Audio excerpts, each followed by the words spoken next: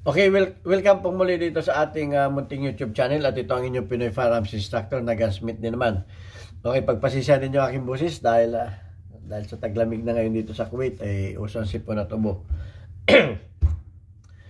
Okay, bago ako bumati at magpasalamat ay gusto ko lang munang basahin ang ating content mula sa katanungan ni Jesse Ambal. Ang sabi niya, Sir, tanong lang sa mga revolver, ilang putok masira? Aabot ba ng 20k rounds? Commander Aguila ni from Philippines. Okay. Sa mga gustong bumili ng mga revolver,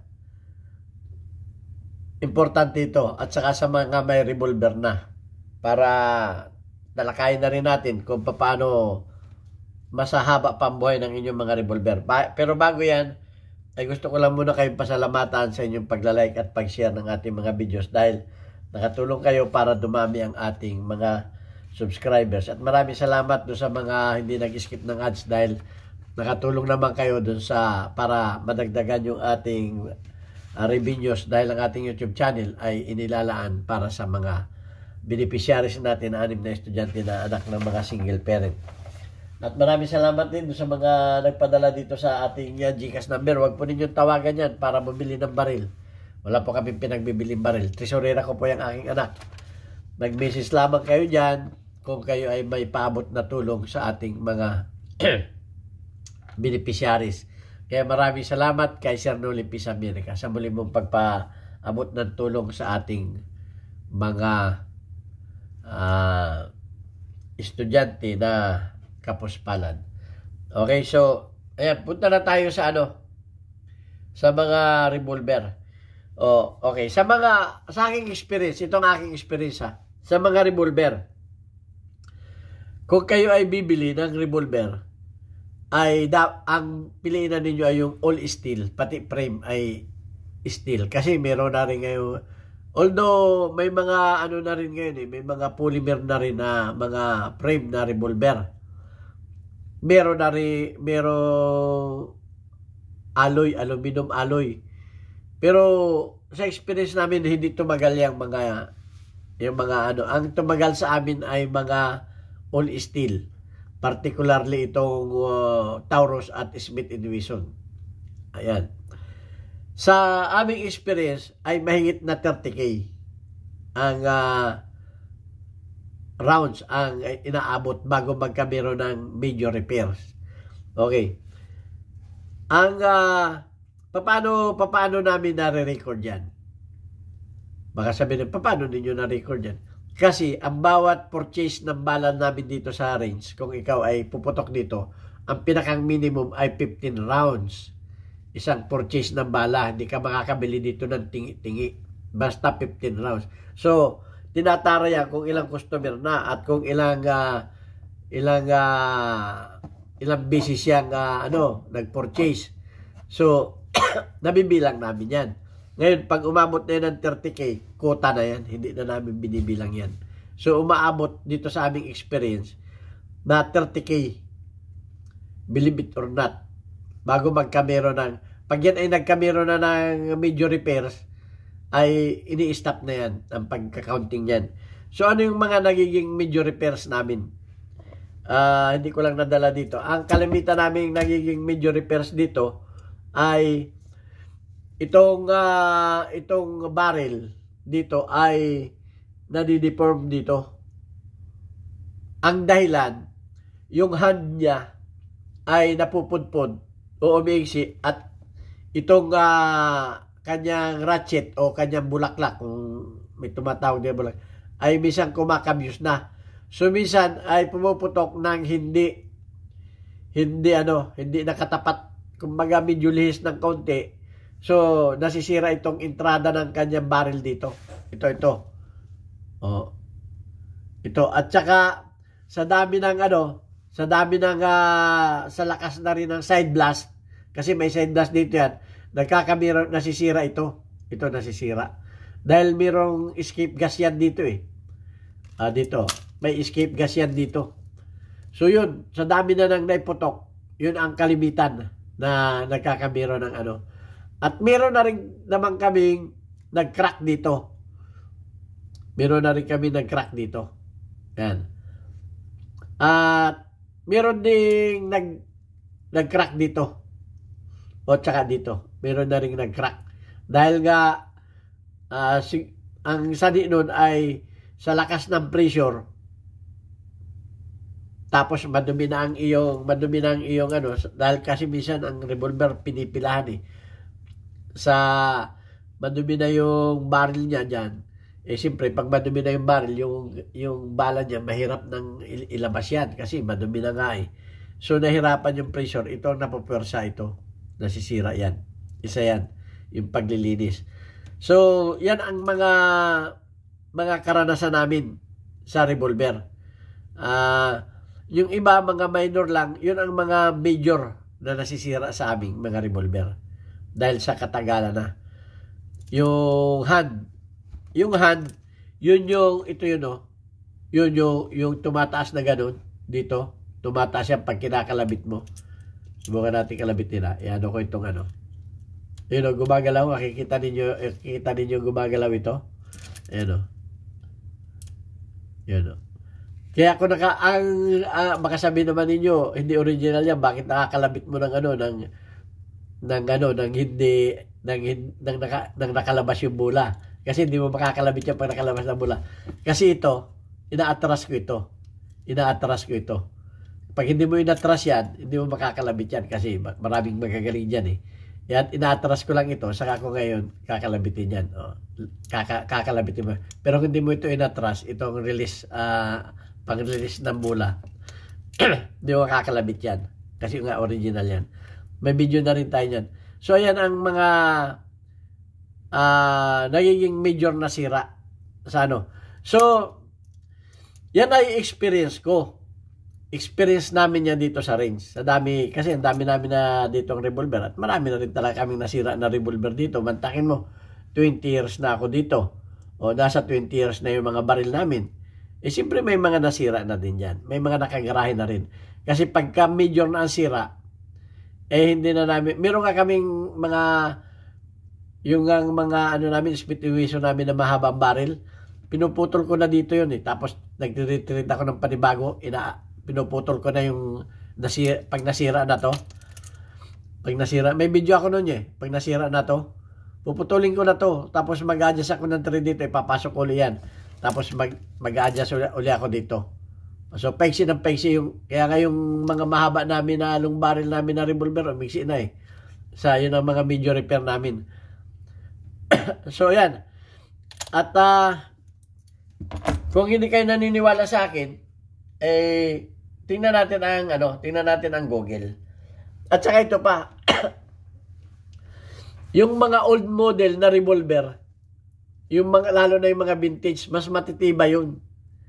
Kasi ang mga pisa nun kumbaga, ang mga barrel kasi nung una, malalaki, mga makakapal, yung mga ganon. Kasi ngayon, ang mga kalamitan ng mga barrel ngayon, pinapagaan nila, pinapaliit ang mga pyesa. Pinapaliit. Minamaximize nila yung compact. So, yun ang mga nakikita ko sa mga baril ngayon. Pero yung mga baril noong una, mga heavy, mga mabibigat, mga makakapal ang pyesa, mga ano talaga, pero mabibigat, pero matitibay. Kumbaga mga heavy duty. So, tingnan natin ang excuse me. Tingnan natin ang Google kung ano sinasabi sa mga revolver. Ang sabi dito ay, a revolver's lifespan can last decade. O, ibig sabihin ay dekada. Daan taon. May mga revolver talaga na daan taon. Even centuries. Yun na nga. Yung sinasabi ko, centuries, decade, dekada na, 10 taon, 20 taon, even centuries, 100 taon. Pero ang dahilan kung bakit tumatagal with proper maintenance, yan ang sinasabi ko, proper maintenance. Pagka ginamit mo ng ginamit yan, anumang bagay na hindi na proper maintenance, hindi tumatagal. Proper maintenance. But the number of rounds it can be fired before major repairs varies greatly by quality. Okay. May nag-comment sa akin dito kasi, 1982 pa yata yung baril niya, isang bala lang ang naiputok. Huwag naman ganun. Baka naman nasira na yan dahil sa kalawang. Pero ang sabi dito ay, nasa ang great nakabari yan sa greatly by quality. Aminin natin na may mga revolver talaga hindi mahinang quality. Okay, yun ang isang niyan. Ang isang katunayan diyan, yung mga cheap, yung mga murahin, low quality revolver. Huwag na tayo magbanggit. Low quality revolver may fail after just a few thousand rounds. Yung iba talaga low quality. Ay lalo na kung yan ay paltik. Okay? Kahit pen ay sabi nating class A, ay a few thousand rounds. Ibig sabihin, swerte na pag naka 1,000 na bala. Yung mga paltik, pag naka isang ubos na nitong isang set lang na bala, kalog-kalog na. Okay? Basta pumuputok lang. Nakaranas ako niyan. So, yan yung iba, swerte na pag naka 1,000, naka 1,000. Highly quality, ito yung mga highly quality revolvers can shoot last for 100,000. Ito yung mga high quality kung hindi kayo naniniwala sa Google, huwag na kayo maniwala. Kasi meron dyan, hindi naniniwala sa Google. Baka sabihin, yung akin nga ganun. Ayun sa iyo yun. Itong Google, nagpapatunay na merong umaabot ng 100,000. Yan yung mga sinasabi ko na yung mga antigo na baril. May mga antigo talaga na baril na makakapal ang pyesa, malalaki ang pyesa. Hindi kamukha ng mga baril ngayon na ang ninipis na ng pyesa, pinagaan ng pinagaan. So, yun. At saka yung, sabi dito ay yung mga high quality revolvers can last 100,000 rounds or more. Especially, lalo na kung with care, lalo na kung inigatan yan. Ngayon, yung sinasabi ko, baka naman yung baril na sinasabi mo tamad ka maglinis, walang maintenance. Sasakyan nga na hindi maintenance ay nasisira agad. Ayun ang sinasabi dito. Especially with care. Key factors include maintenance. Yan, ang key factors yan. Maintenance, cleaning, lubrication. Kaya nga, nagagalit ako sa sa mga tagalinis namin ng baril. Pag nasira yung baril at binuksan ko, walang lubrication. Pinagsasabihan ko kagad. Tingnan naman ninyo yung mga baril natin, paano hindi masisira yan? Walang lubrication. Dapat may lubrication yan. Kaya nga may mga videos tayo ng paano paglilinis, paano yung mga moving parts yan, dapat talaga. Kasi ang revolver, lahat yan ng loob yan, moving parts, dapat yan talaga may lubrication. Okay? And avoiding excessive pressure ammunition. Ayan. Yung iba, 38, gagamitan ng 357 na bala, malalakas ang pressure. Yung iba, magpapareload. Yung nga, may nakikita nga ako, sumasabog ang bulay. O ginagamitan ng malalakas na pressure. Magre-reload ng malalakas na pressure. May karanasan ako niyan. Yun ang niyan. Ito, factors affecting revolver. Ito quality and design. Yan. Importante yung quality at saka yung design ng revolver. Hindi lahat ng revolver matibay. Kaya titingnan ninyo yung quality. So, importante talaga sa mga revolver yung quality. Okay? Hindi basta kayo bumili ng revolver, sabihin niyo matibay ito. Titingnan din ninyo yung mga review ng para alam ninyong matibay. Kung magtatanong din kayo, mas maganda yung nagtatanong. Okay? Quality. Hindi lahat ng baril ay quality. Kaya kaya yung iba, pinagmamalaki pa yung mga paltik. Anong quality ng paltik? Dumamba sa quality control yan. Nagagalit naman sa akin yung mga may paltik. Walang quality control yan. Hindi natin alam kung anong ginamit na bakal yan. Mga scrap materials. So, maintenance. Regular cleaning. Yan, regular cleaning, lubrication, and proper storage. Kasama yung proper storage. Baka naman yan ay kung saan lang nilalagay yan. Kinakalawang na may nagpagawa nga sa akin ng baril eh. Ang ganda nung labas eh. Nung binuksan ko itong grip, puro kalawang na eh. Dumikit. Ang hirap nga tanggalin ng grip. Dumikit na. Dahil doon sa kalawang. Eh paano? Ito lang ang pinupunasan. Ito labas. O tapos yung mga tornilyo, hirap nang tanggalin. Nagpainit pa ako ng langis. Inulubog ko sa mainit na langis para pasukin siya, para lumuwag yung mga kalawang sa tornilyo. Ayun, mga ganun ba? Pagka storage at saka yung pag-cleaning, napaka-importante niyan. Yung pang-isa dyan. Regular cleaning, lubrication, and proper storage are crucial for longevity. Proper cleaning, storage, yan ang pinakang crucial para humaba ang buhay. Neglect, yan yung kapabayaan, like rust or poor maintenance, can cause gun to fail prematurely. Ayan, yung kapabayaan, like rust, yung sinasabi ko nga, ang ganda-ganda pa eh. Nung binuksan ko, puro kalawang na, yung loob. Puro kalawang na eh. Hirap na nga makalabit. Ayan. Yan ang maintenance.